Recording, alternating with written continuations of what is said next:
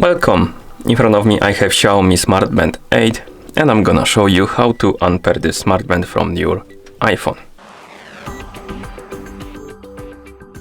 First we need to open the Mi Fitness application on the iPhone that is paired with our smart band. So let's tap on the icon to open the app. Once you open the application, you should see the health page. Now you can tap on the device icon and here you should see your Xiaomi Smart Band 8.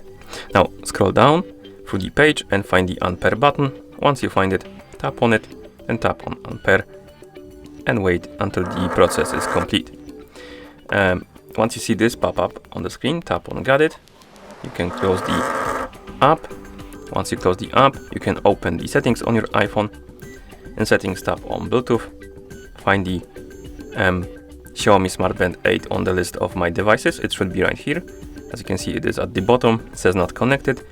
Once you find it, tap on the info icon next to it and then tap on forget this device and tap forget device.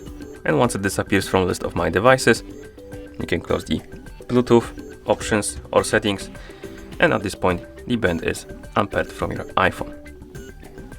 Thank you for watching. If you found this video helpful, please consider subscribing to our channel and leaving the like on the video.